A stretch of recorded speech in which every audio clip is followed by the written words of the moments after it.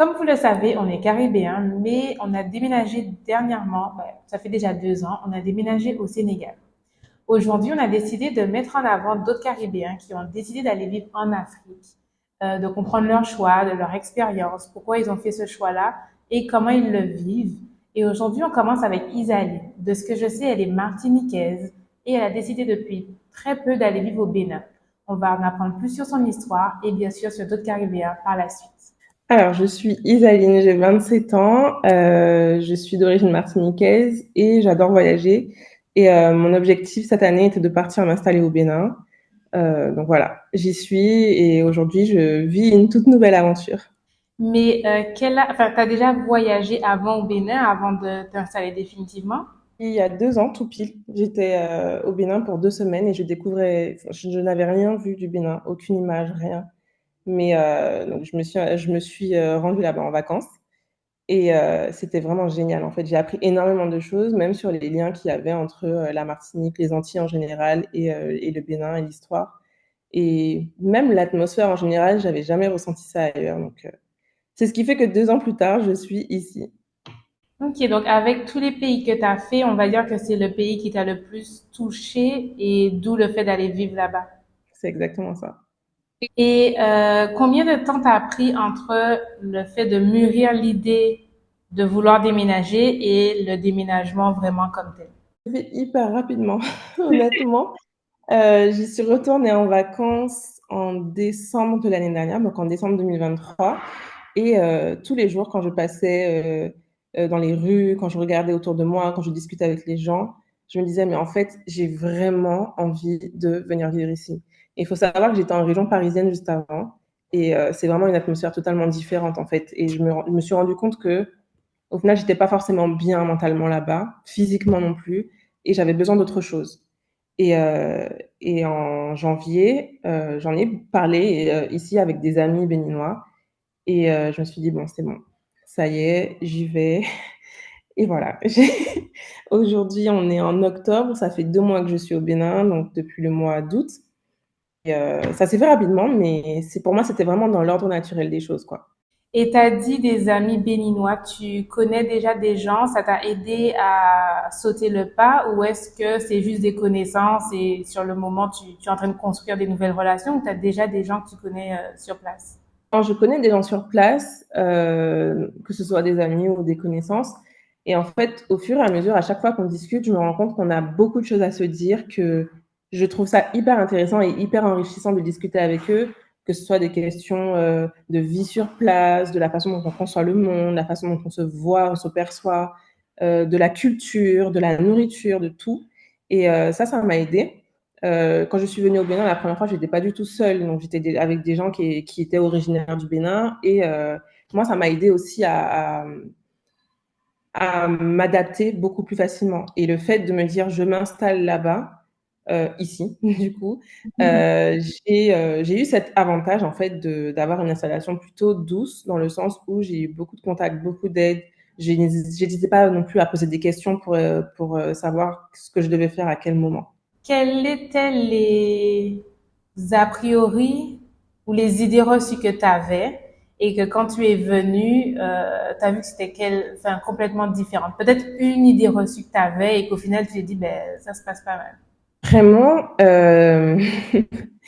à propos du Bénin en particulier, c'est vrai que je ne connaissais rien, donc je ne savais pas du tout à quoi m'attendre. La première fois que je suis venue, j'avais pas vraiment d'idées reçues ou d'a priori. Moi, les gens avec qui je suis venue m'ont dit, quand tu viens, ne regarde rien, ne cherche rien sur les réseaux, ne cherche rien sur Internet. Viens et fais-toi juste ton expérience. Et c'est vraiment, je pense que c'est ce qui a aussi contribué au fait que j'ai un gros coup de cœur pour ce pays. Mais est-ce que c'est parce que tu avais déjà voyagé que ça t'avait donné cette ouverture d'esprit ou l'Isaline qui sortait de la Martinique directement, si elle était passée au Bénin directement, est-ce que ça aurait été la même expérience? C'est une très bonne question. C'est une très très bonne question. Bon, déjà, le Bénin, ça a été mon premier pays africain, le premier pays que j'ai fait en Afrique. Et je pense que ça a facilité beaucoup de choses pour me permettre de comprendre parce que c'est un pays vraiment très calme. Et c'est vrai que là-bas, j'en ai profité pour poser toutes mes questions parce que j'ai toujours voulu mettre les pieds en Afrique, sans penser précisément à quel pays je voulais faire. Mais j'ai posé mes questions, j'ai essayé de comprendre les similitudes et les différences qu'il y avait entre les différentes cultures. Euh, donc, je me suis un peu nourrie de tout ça. Et en fait, je pense qu'à partir de Bénin, j'ai vraiment continué à voyager beaucoup plus dans les pays dans lesquels je n'aurais jamais cru pouvoir mettre les pieds. Donc, j'ai fait d'autres pays en Afrique, j'ai fait des pays en Asie. Et avant, c'est vrai que j'étais plus habituée à ce qui était à côté de notre île. On a l'Amérique du Nord, l'Amérique du Sud. Et puis, évidemment, comme j'étais en France, on a beaucoup fait l'Europe aussi. Donc, c'est pas forcément des questions que je me posais en Europe, tu vois. Et le Ouais. fait de venir ici, c'est vrai que ça m'a énormément ouvert l'esprit. Et je sais qu'à partir de ce moment-là, il y a une différence entre la moi d'avant et la moi d'après le Bénin. Ouais. J'ai aussi énormément relativisé sur les échelles que je me faisais, la vision que j'avais de ce qui était difficile et ce qui ne l'était pas. Vraiment, ici, j'ai tout remis à zéro et j'en suis vraiment très contente, quoi. Aujourd'hui, je sais que j'ai une autre façon de penser. C'est vrai qu'au quotidien, j'avais beaucoup tendance à me plaindre du froid. J'avais tendance à me plaindre qu'il fasse nuit tôt en France, que je sois loin de mes proches, que je sois loin de ceci et ceci et cela. Et j'arrive ici et je vois que les gens que je croise dans la rue sont hyper débrouillards, et ils sont là, ils t'accueillent vraiment avec une bienveillance extrême. Et moi, je me dis, mais en fait, je n'ai pas de quoi me plaindre réellement. Je vois ici que tu peux réévaluer les choses, ton échelle de bonheur, et switcher le schéma et te dire, en fait, oui, tu es heureux, tu es bien, j'ai la chance de pouvoir venir voir ce qui se passe ici. Ben, j'en suis très reconnaissante et ça s'arrête là, voilà, tout simplement. Et en fait, ouais, ça te fait vraiment reconsidérer ton échelle de bonheur et en fait, tu te dis, oui, je suis heureuse, j'ai la chance de pouvoir mettre les pieds ici. Et après ça, j'ai eu la chance de pouvoir voyager ailleurs et de me rendre compte que tout est à prendre comme un signe, enfin, comme une idée que tu dois rajouter ça et ça et ça à tes critères de bonheur, tout simplement, pour être bien dans ta vie, bien dans ta peau, bien dans ta tête. Mais tu disais que tu te plaignais des fois d'être loin de ta famille, mais j'imagine que là, c'est encore pire, non? Alors, en théorie, quand on prend l'avion, quand on pense à tous les cheminements qu'on doit faire pour rentrer en Martinique, oui, c'est beaucoup plus long.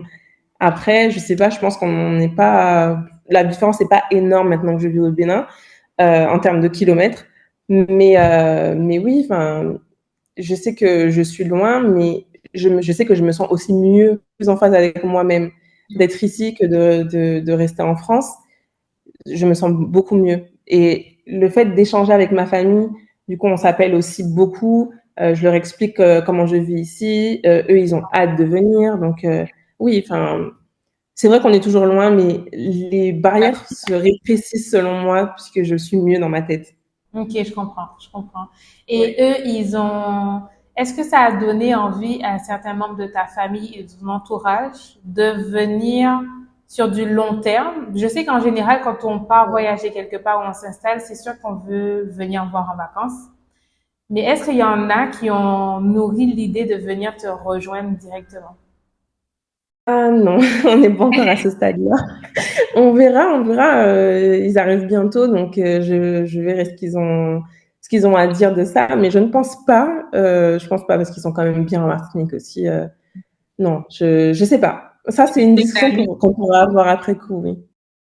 Et dans tes amis, quelle a été la réaction quand ton entourage a su que tu partais au Bénin?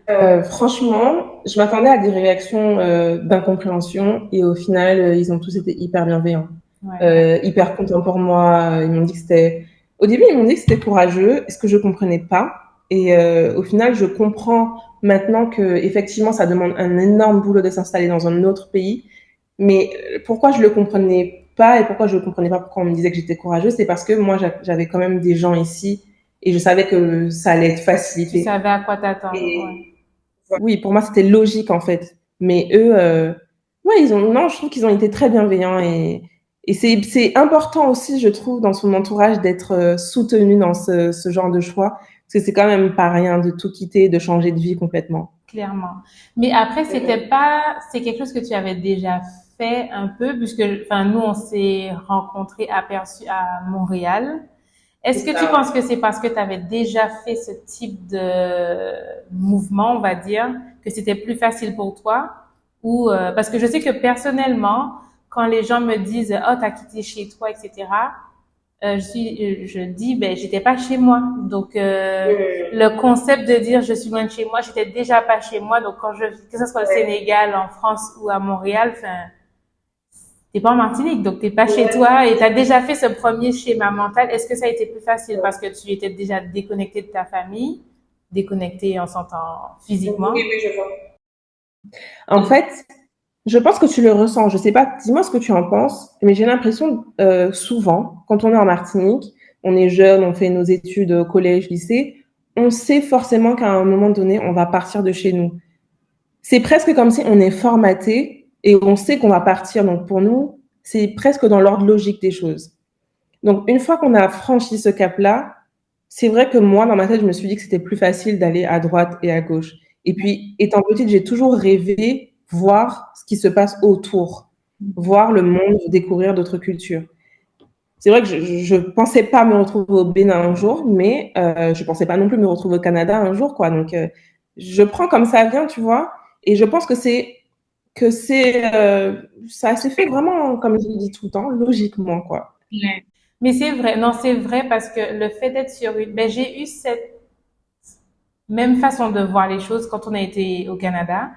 Parce que quand tu es au Canada, c'est là que tu comprends que venir d'une île, par définition, tu as une façon de voir le monde différemment. C'est sûr. Parce que tu es sur une île, c'est beaucoup plus petit. Donc, tu sais, tu t'intéresses, dès que tu es né, tu t'intéresses à ailleurs. Tandis que les personnes qui sont nées sur des continents, j'avais eu cette réflexion-là quand j'étais au Canada, ceux qui sont nés sur des continents, ils n'ont pas forcément cette façon de se dire je vais quitter. En tout cas, à Montréal, tu vois des gens qui n'ont pas, il y en a qui voyagent beaucoup, mais il y a aussi des gens qui ils se disent ben, pourquoi je vais partir ou ils n'ont pas cette ouverture du monde. Il y a aussi une culture générale qu'on a beaucoup plus parce que ben, tu t'informes sur tout, que ça soit du côté de l'Europe, que ça soit du côté des États-Unis. Enfin, franchement, l'Amérique du Nord, tu as cette tendance à t'occuper de tout ce qui se passe partout. Et effectivement, c'est sûr qu'on sait déjà, on est formaté pour partir. C'est très bien exprimé en fait, et c'est ce que je ressens. Et en fait, ça fait du bien de voir que quand on compare nos expériences, on a souvent ces mêmes pensées en fait. Là, ça fait 2 mois que tu es là-bas. Comment tu as fait pour t'organiser? Est-ce que le quotidien, quelle est la plus grande différence entre ta vie en France et ta vie au Bénin? Je sors beaucoup plus de chez moi. C'est vrai? Ça, c'est vrai, oui, je sors beaucoup plus de chez moi ici qu'en France, quoi. Avant, ben, avec le froid, tout ça. Moi, je suis hyper frileuse. Donc, je restais beaucoup à la maison. J'avais mon petit quotidien, ma petite routine. Je vais au travail, je rentre, je vais à la salle de sport, je rentre. Et le week-end, je vois mes amis ou je fais une petite sortie par-ci, par-là. Mais ici, en fait, j'ai l'impression, ça fait un peu cliché de dire j'ai l'impression d'être en vacances tous les jours parce que c'est pas vrai. Mais j'ai vraiment tu vois, la vision que j'ai déjà quand je pars de chez moi. Cotonou est bordé par la mer. Et rien que ça te donne une sensation d'ailleurs, de voyage, de paix en fait. Et ça, le paysage, c'est une énorme différence. Pour moi, c'est une énorme différence. Le climat, une énorme différence. Et mentalement, je sais, je sens et je le vois que je suis beaucoup plus apaisée ici qu'en région parisienne. Et comment s'est passée l'insertion en tant qu'étrangère? J'ai vu récemment dans ta story Instagram que tu parlais du terme yovo. Je sais pas si c'est comme ça qu'on doit le prononcer. Et franchement, je connaissais pas du tout ce terme. Et tu disais que c'était une façon d'appeler les étrangers, que les Béninois avaient d'appeler les étrangers. Je rectifie ce point parce que j'ai fait la même vidéo sur TikTok et j'ai reçu énormément de commentaires. Et en fait, beaucoup de Béninois m'ont expliqué de façon très bienveillante que Yovo voulait dire le blanc, mais que parfois ça peut vouloir signifier la personne de couleur claire Et j'ai aussi des amis qui eux-mêmes m'ont dit que eux, étant béninois, ayant vécu ailleurs, en revenant au Bénin, eux aussi peuvent être considérés comme des yowos par rapport à leurs attitudes un peu occidentales, un peu différentes. Et aussi, j'ai des béninois qui m'ont dit que eux-mêmes sont béninois, sont nés et ont grandi ici et peuvent être considérés comme étant des yovos. Après réflexion et après avoir discuté avec toutes ces personnes, j'ai eu un commentaire qui m'est resté en tête en me disant que c'est peut-être la façon dont on va m'appeler, surtout dans les petits villages, mais que dans la ville, on va pas forcément me voir comme une yovo. Mais que je reste une personne, enfin, je suis une noire, mais on voit que je suis pas forcément béninoise, quoi. Et ça me va. Enfin, je comprends, j'accepte, c'est normal. Mais c'est vrai que, étant caribéenne, étant antillaise, tu sais qu'on a une façon de classifier les choses. Oui. Ça remonte de toute notre histoire. Voilà, on sait d'où on vient, on sait ce qu'on a vécu. Et on a une façon particulière de classifier les gens et les choses. Et une façon particulière de voir un métis d'une personne claire de peau. Et en fait, c'est de là que on a encore cette idée que quand tu pars de chez toi, tu as d'autres concepts, tu as d'autres échelles, tu as d'autres degrés d'appréciation d'un sujet ou d'un autre sujet. Et, euh, mais malgré tout, ce que j'en retiens, c'est que même si dans tel village ou alors dans telle ville ou alors telle personne peut m'appeler comme ça ou me considérer comme une noire claire, alors qu'en Martinique, j'étais pas du tout considérée comme une noire claire, mais juste une négresse. Voilà. Tout ce que j'en retiens, c'est que de toute façon, ici, c'est bienveillant et que les gens t'accueillent en fait. Je me sens pas du tout rejetée, pas du tout. Et puis je suis aussi dans cette démarche où je cherche à comprendre, à discuter avec les autres. Donc voilà, c'est tout ce que j'en retiens, que je suis bien ici et voilà. Ben non, c'est vrai que en tant que Caribéen, ben c'est là que tu vois que le concept d'être noir, il change en fonction de où on est situé, où on a grandi. Mais étant donné que être noir, ça vient avec beaucoup d'enjeux, c'est un peu dommage de dire ça, mais ça vient avec beaucoup d'enjeux. On pense toujours, il y a une façon auto-centrée de se dire, voici comment je vois, comment je suis, et c'est comme ça que tout le monde le pense. Mais effectivement, quand on voyage, à chaque pays, c'est différent, ça veut dire quelque chose de différent, et il y a des comportements différents aussi. Et à chaque pays, enfin, personnellement, à chaque pays, j'ai eu cette façon de redéfinir qui j'étais à chaque nouveau pays. Quand je suis arrivée à Montréal, j'ai jamais autant été martiniquaise de ma vie. Parce que c'était la première fois que tu partais. Et c'est à ce moment-là que tu te dis, ah, mais je suis extrêmement martiniquaise. Alors qu'avant, tu es juste martiniquaise, mais là, il y a ce sentiment d'être un peu plus proche alors que tu es hyper loin de chez toi. Mais c'est très bizarre. Après, quand on est parti au Sénégal, ben, je l'ai senti. Et pourtant, tu viens pour te reconnecter. Tu as ce sentiment et cet apaisement d'être reconnecté parce que tu reviens dans un pays qui est chez toi, tu es afrodescendant. Mais en même temps, il y a ce côté où tu n'as pas grandi là-bas. Donc, cette double sensation, il faut bien l'accueillir. Et après, effectivement, dès que tu cherches à comprendre la culture, etc., c'est l'hospitalité. Ici, c'est la teranga. Donc, les gens sont super accueillants. Il y a un mode de vie où tu te sens pas exclu pour autant. Mais si tu ne comprends pas cette différence de perception, tu peux te sentir perdu pendant une fraction de seconde, mais après, ça passe, quoi. Et j'ai eu aussi beaucoup de commentaires qui me disaient que je me posais beaucoup trop de questions. Ouais. Et en fait, je pense que, je ne sais pas si je me trompe, mais c'est ce que je pense, que c'est un problème aussi très antillais, très caribéen, parce que justement, comme tu disais, on vient d'un petit endroit et on se concentre beaucoup sur ce qui se passe autour. Et maintenant, une fois qu'on met les pieds hors de notre île, on a une autre façon de voir les choses. Et forcément, partout où tu iras, comme tu disais tout à l'heure, tu seras redéfini en fonction du pays et de la personne que tu es. Voilà. Après, à partir du moment où tu es au clair avec qui tu es pour toi-même, c'est ça le plus important réellement. Non, Et ça n'empêche pas de vouloir comprendre en fait la façon dont les choses se font, la façon dont les choses se disent et se perçoivent, quoi. ouais. Non, non, c'est le fait de vouloir comprendre ne remet pas en question qui t'es. Et Voilà. au contraire, ben, en étant des gens qui voyagent, ben, tu sais très bien que tu ne perds rien à apprendre plus. Il y a aucun. Exactement. Exactement, exactement. Tu as très, très bien dit. Bien fait plaisir. Franchement, quand j'ai vu que tu es parti, je me suis dit, ah, franchement, il n'y a pas beaucoup de monde. Enfin, je connais pas beaucoup de monde qui part, ou sinon, ceux qui partent n'en parlent pas forcément. C'est plus ça. On n'en parle C'est pas. vrai que tu sais qu'avant de partir, j'ai eu ce, c'est pas un problème, mais j'étais en recherche d'informations des Antillais qui ont quitté les Antilles ou alors l'Occident pour venir en Afrique, notamment en Afrique de l'Ouest, puisque c'est ces pays-là enfin, qui Ouais. bordent le Bénin, quoi. Et en fait, ouais, je me demandais, mais alors c'est comment là-bas, c'est comment la vie sur place? Je voyais une petite vidéo YouTube par-ci, une petite vidéo sur Instagram par-là, mais pas vraiment. Il y a pas un flot d'informations à ce sujet-là. Et je Non. pense que c'est nécessaire aussi. C'est nécessaire parce que il y a des difficultés, il y a des facilités, mais il faut qu'on prenne le tout ensemble pour pouvoir comprendre comment ça se passe une fois qu'on met les pieds ici, quoi. Non, clairement, clairement. C'est vrai que j'ai vu beaucoup de personnes, parce qu'on s'entend que le retour en Afrique est beaucoup plus en parlé en ce moment. Mais des fois, je cherchais, avant de venir, quelqu'un de ma génération. Pas forcément exact, hein, il n'y a pas plus grand, il n'y a pas de souci, mais ma génération, antillais, caribéen, j'en trouvais pas. Il y avait beaucoup de vidéos, mais tu as envie d'avoir ce point de vue là. Tu veux les autres points de Ouais, vue, mais des fois, tu as envie d'avoir ce point de vue-là, de dire, franchement, ça se passe bien. Ça se passe ouais, bien, c'est pas si mal. Mais je sais pas, c'est ce sentiment de confiance de dire cet avis-là, je le comprendrai un peu plus parce que on a peut-être vécu un peu les mêmes choses, autres. ouais, c'est vrai. Et c'est vraiment pour ça qu'on a fait ça.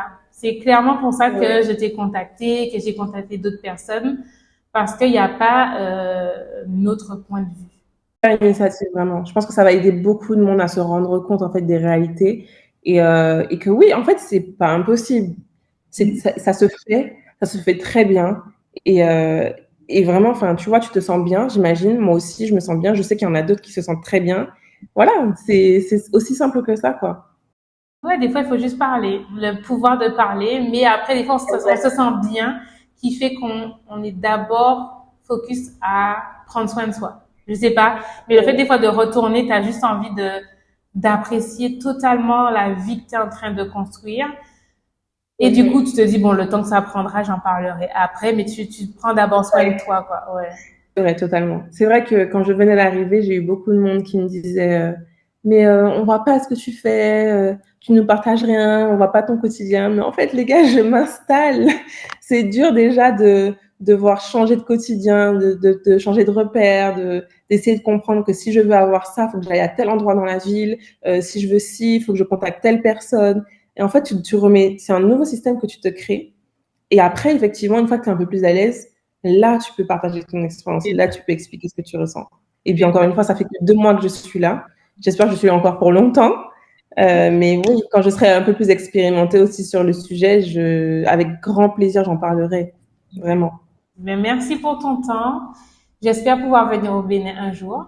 Avec plaisir. Et, Avec plaisir, on découvrira encore des choses ensemble. ouais. Merci pour ton temps. Merci d'avoir accepté.